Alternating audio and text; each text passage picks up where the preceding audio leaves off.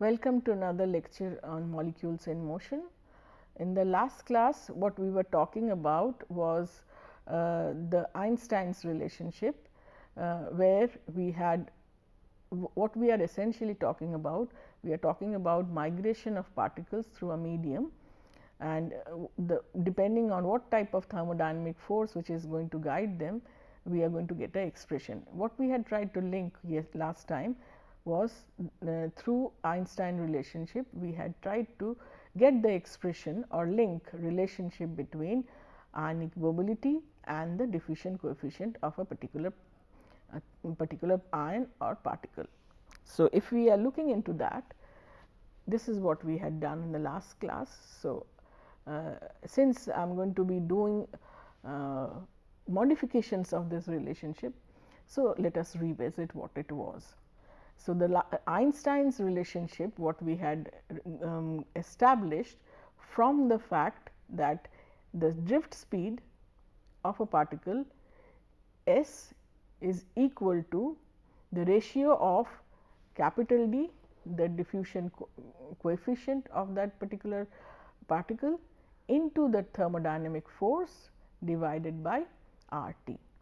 So, at a given temperature and pressure, what we had found that if we know the drift speed, and when do we get the drift speed possible? When we have the thermodynamic force balanced by the viscous force of the medium. So, when if that was the condition, we had said it is independent of the origin of the force. This is going to be valid, where the speed of the particle, the drift speed, is equal to the ratio of the diffusion coefficient into the driving force divided by thermodynamic force divided by R T. So, this is the effective force or the thermodynamic force which is giving rise to the motion of the particles in the medium, by virtue of which we are getting the motion of the particles in this medium. We had taken a particular example of an ionic solution, where the ions are moving under an electric field.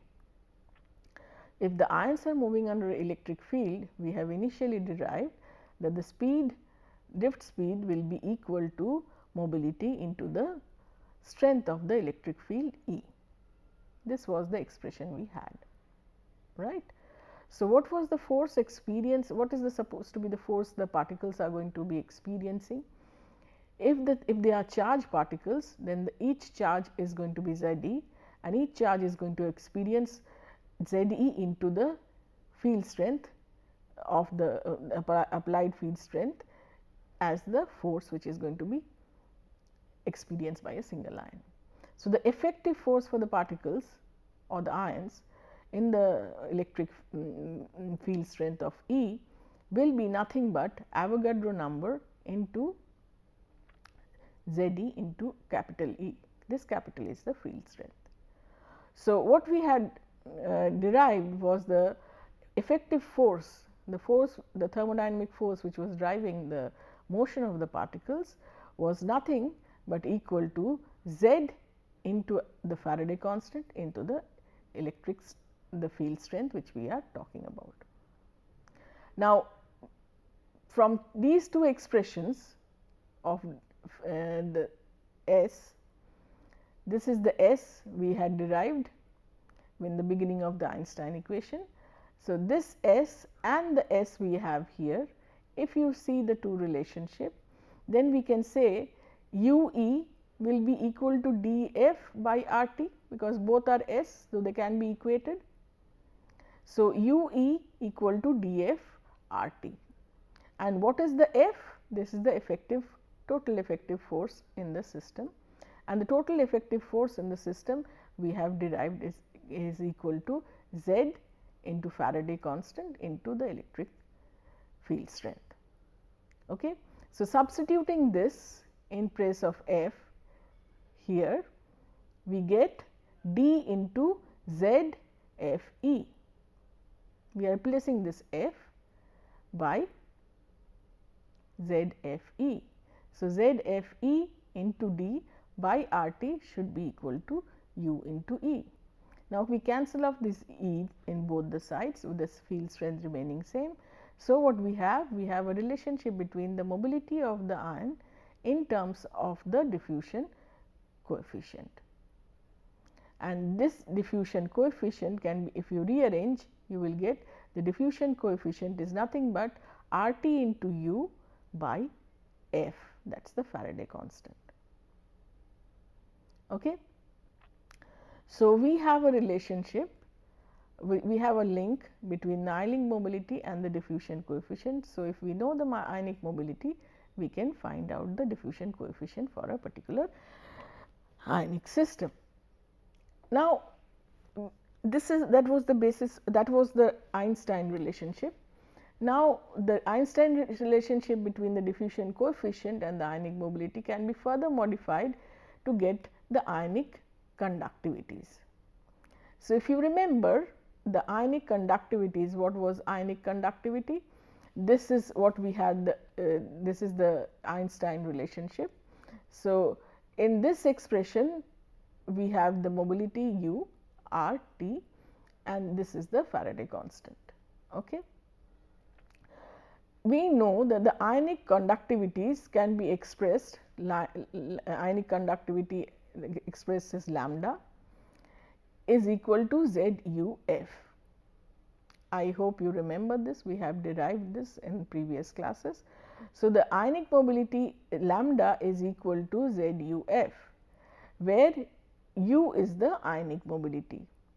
So, if you substitute the U which you have from the Einstein relationship, what is the U here? You see, U will be equal to Z F into D divided by R T, right. U will be Z F D divided by R T, right. So, Z F D divided by R T, if you substitute that value of U in this expression for ionic mobility, what do you get? Z is already there, F is already there. Now, you are substituting for U, and what is the U you have got? Z F D by R T. Okay. So, substituting this, what do you have? You have the Z square D into F square by R T, right. F is the Faraday constant and R T is the at whatever temperature, and R is the gas constant.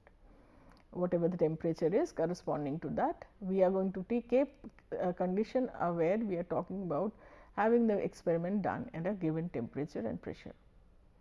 So, the limiting condition of the conductivity of an electrolyte is given by lambda m naught, which is going to be what? We are talking about independent migration of ions. So, the molar conductivity at limiting conditions of infinite dilution, what you have? This is the stoichiometric constant for per molecular formula of the electrolyte of the plus ion generated into the molar ionic mobility of the positive charge into plus the stoichiometric coefficient of the per formula unit of the molecule, the number of anions generated.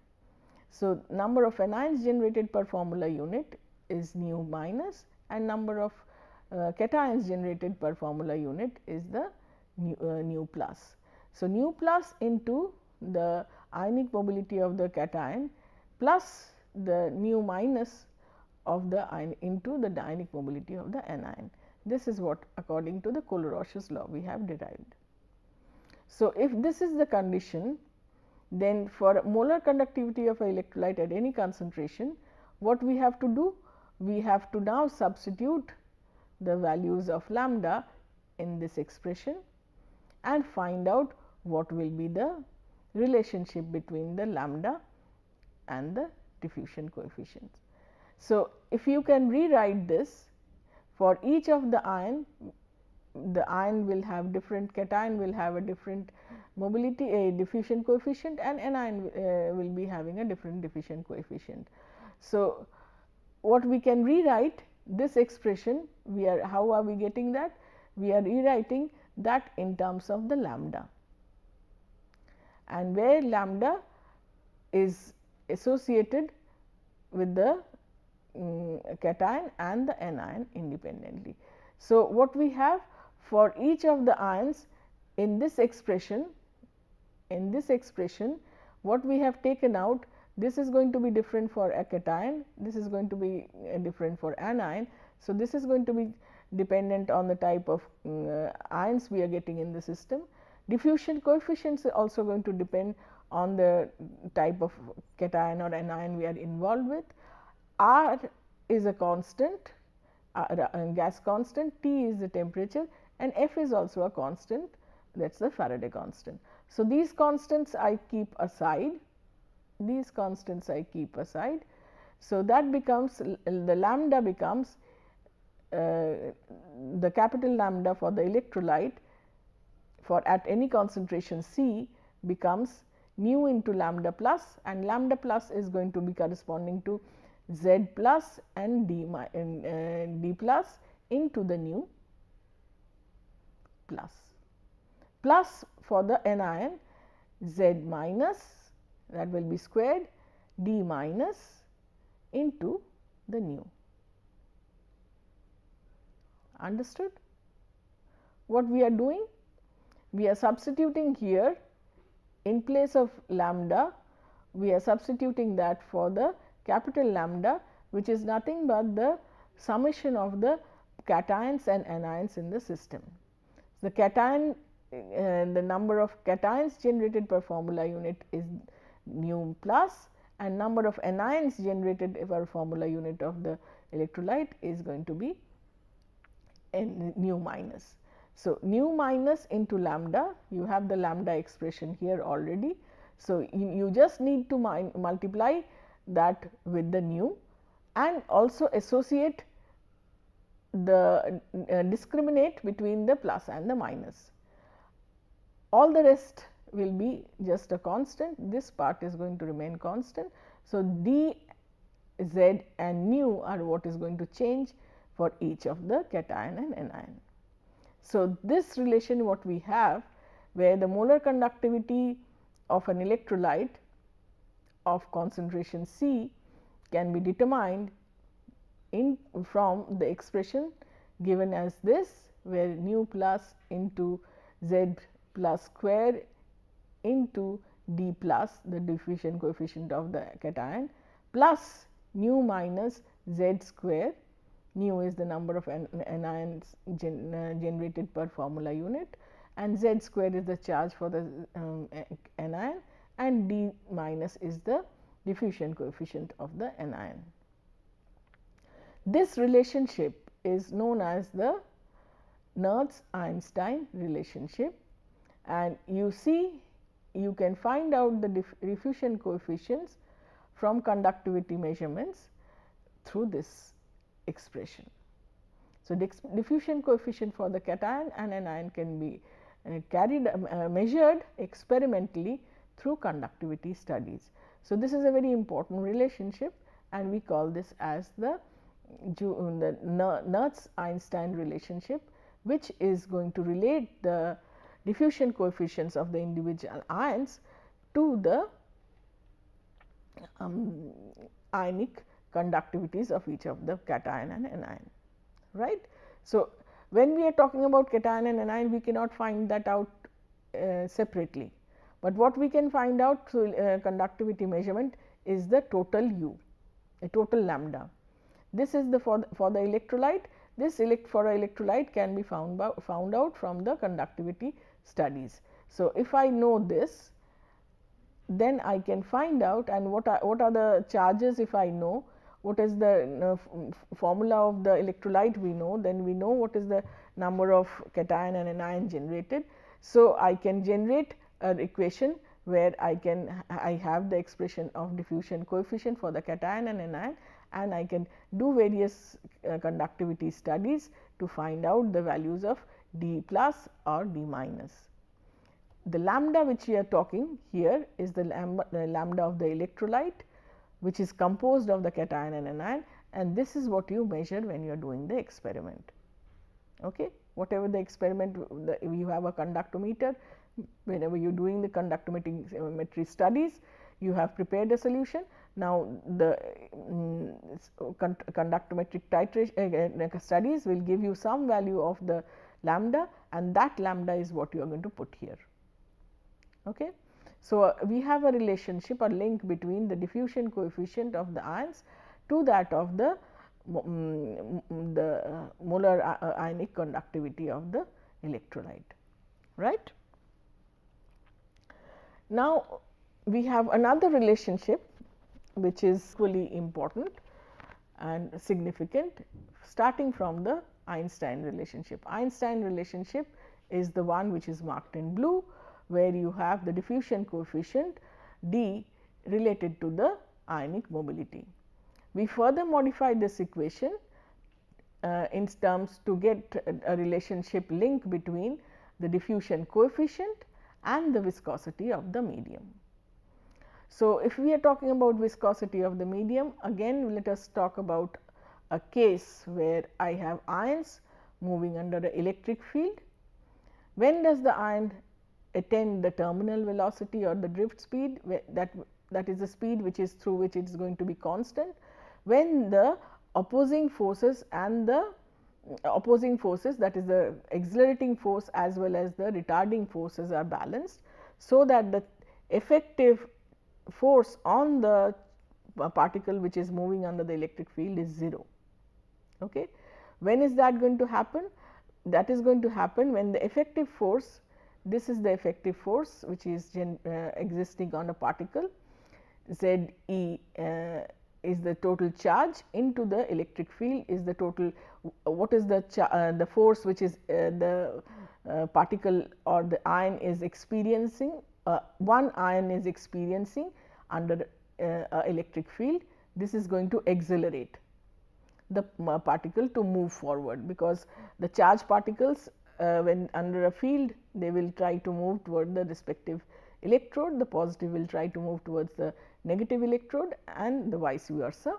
So, what we are looking into, the accelerating force is on a particle is the charge of the particle Z E into the field strength capital E, and that is supposed to be balanced by the viscous force which is associated with the medium F into S. The retarding force acting on the particle because of the viscosity of the medium or viscous drag has to be balanced by the accelerating force. Only then the particles will move with a steady speed known as the drift speed or terminal speed. So, from here what you have is the speed, drift speed is nothing but Z E into capital E by F. What is this F? This is the this entire thing is the frictional force, and this is the electric force which is operating on one particle. So, we need to multiply with this Avogadro number to get the total force, right. So, Na into ZEF will be the total force equal to the F factor into the speed, which is the viscous force. So, the frictional force is balanced by the electric force, and then we can rewrite this in terms of S being equal to ZE into capital field strength divided by F, where what is F? F is what we get from Stokes law, 6 pi A into eta naught. Eta naught is the viscosity of the medium in which we are having the particles moving. Now, this is what we get from the expression of balancing of a force. Remember, we need to multiply with to get the effective force, we need to multiply this with the Avogadro number Z E small e into capital E, the field strength, into the Avogadro number by F will be the speed of the total particles moving. Similarly, we have seen that the drift speed is equal to the mobility into the electric field. Okay. So, the mobility is nothing but u equal to E by S, right. And what is S? S is Z E capital E into Avogadro number divided by F, F small f, and small f is this. Okay. Now, we have two expressions of u. One is from the expression Z equal to ionic mobility into the field strength, and another one is the S, where Z e is the charge of the particle into the field strength into Avogadro number by F. Okay. So, if I have these two expressions of S, from here we have another expression of u. Sorry, we talk in terms of the u, because we are going to be using the Einstein's relationship. So, Einstein's relationship, from Einstein's relationship we know that u will be, the mobility will be nothing but Z into F into D divided by RT, right. And from this expression, where the u will be equal to E by S, where S is this factor, there will be an Avogadro number here, S charge into the electric field into Avogadro number by F. So, we can rewrite this, that we can rewrite u as Z e into Avogadro number by F, right. Z e into Avogadro number by, if you can substitute the value of F, this is the value of F.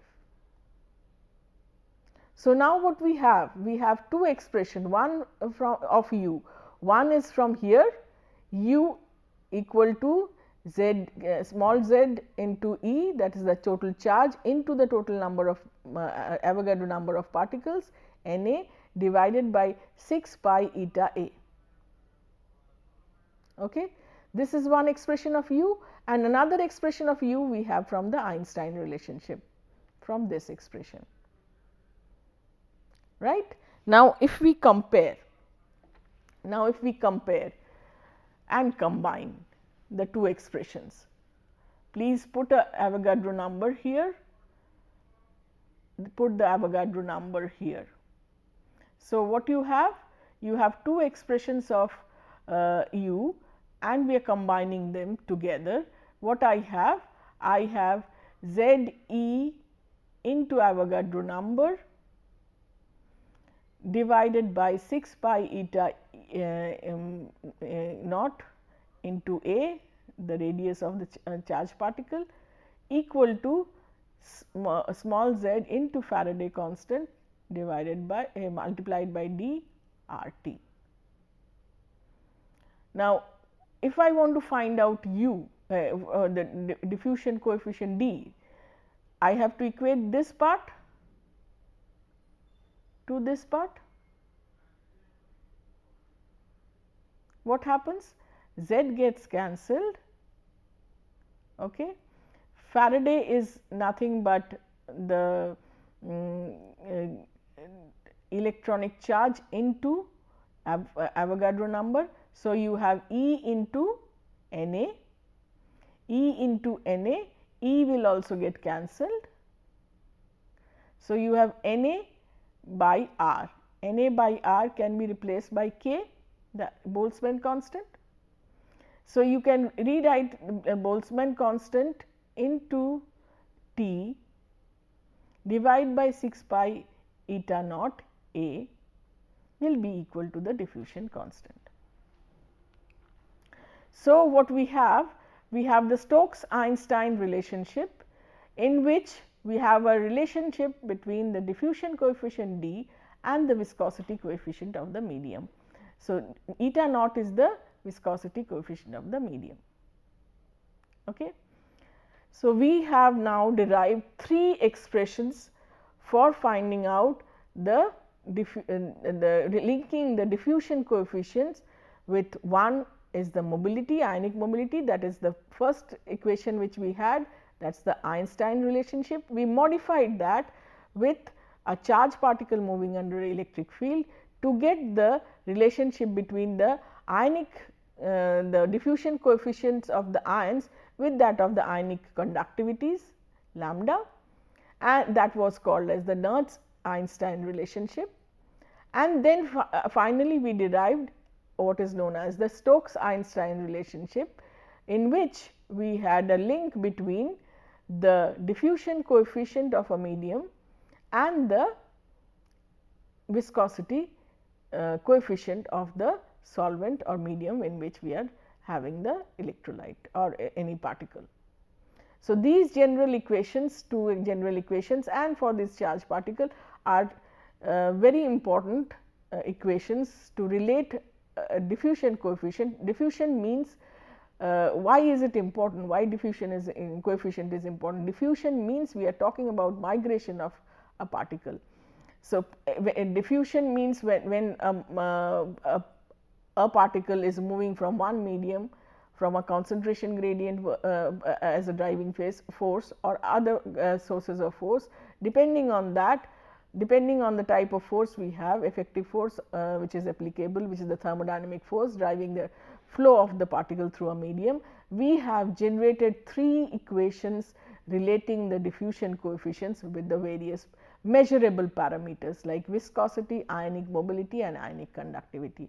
So, through experiment we can find out the diffusion coefficient, and if you know the diffusion coefficient, you know the how or the rate at which the particles are moving through a medium, whether in presence of electric field or in absence of it. These are general equations which can be applied to particles which may not be charged. Okay. So, this I will end this lecture with a small solved example using the Einstein relationship and Stokes-Einstein relationship.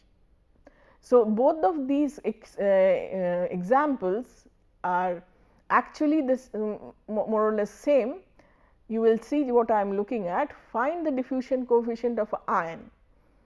We have find the diffusion coefficient of an ion in water at 25 degree that has a typical ionic mobility value of 10 into 10 to the minus 8 meter square second inverse per volts.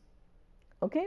So, what is the relationship, what is the equation we are going to use? Since the ionic mobility is given, we are going to use the Einstein's relationship. What is the Einstein relationship? The diffusion coefficient is equal to the ionic mobility into R into T divided by ZF.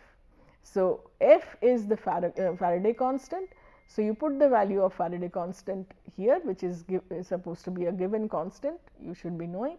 Now, you assume that the ion which is moving is a univalent ion. So, if there is not mentioned that what is the charge of the ion, you take it the charge to be 1. So, the charge is 1 and u is the mobility which is given to you, this is the u which is given to you, into R which is the gas constant, we will take it in joules per mole per Kelvin, and what is the temperature? 25 degrees is the temperature. Okay. So, the temperature sorry, it should not be this should be 27 degree, I have taken 300. So, this should be 27 degrees at the temperature will be converted to Kelvin. So, 27 plus 273 is 300. So, 300 Kelvin. So, it is going to be approximately around 10 to the minus 9 meter square per second. Okay.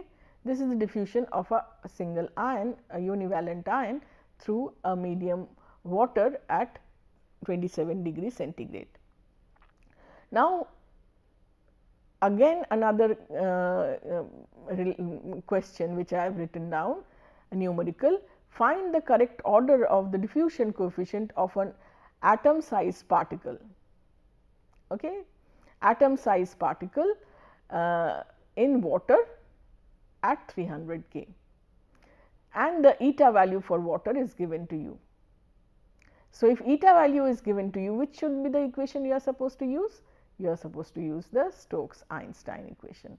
Stokes-Einstein relationship is the diffusion coefficient equal to Boltzmann constant into temperature divided by 6 pi eta naught r or a. Here r is the radius of the particle, and choosing that atomic size particle, we take the order of the particle to be 10 to the power minus 10 meters, because usually the atom size is in the order of 10 to the power minus 10 meters.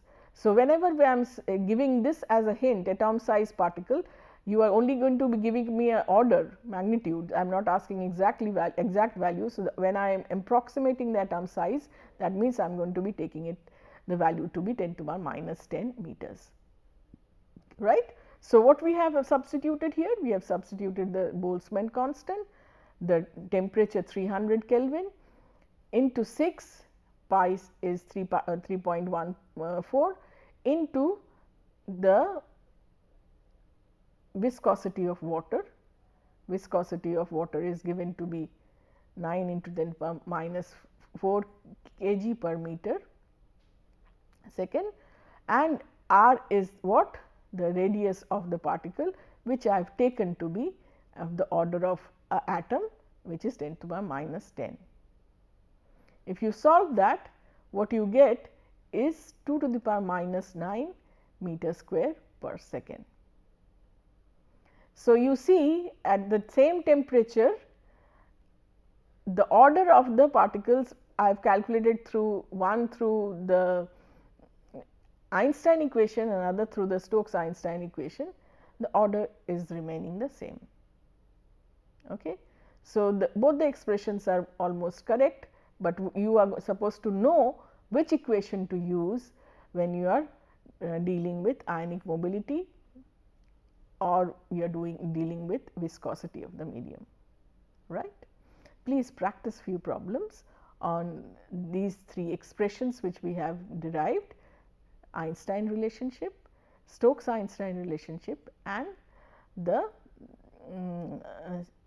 Nernst-Einstein relationship.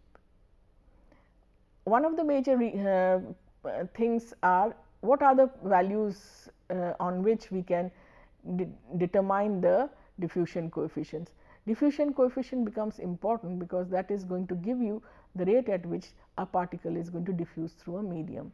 So, how they are propagating through a medium is for various applications, you need to know how the particles are moving in the medium, so that you can formulate expressions or do calculations or do applications accordingly. So, we are going to find out what other ways we can find out this diffusion coefficient, or if it is not just diffusion coefficient, we had taken a number of phenomenological equations where you had diffusion coefficient, thermal coefficient, and viscosity coefficients. These, how can they be determined, will be also taken up in subsequent lectures. Thank you so much.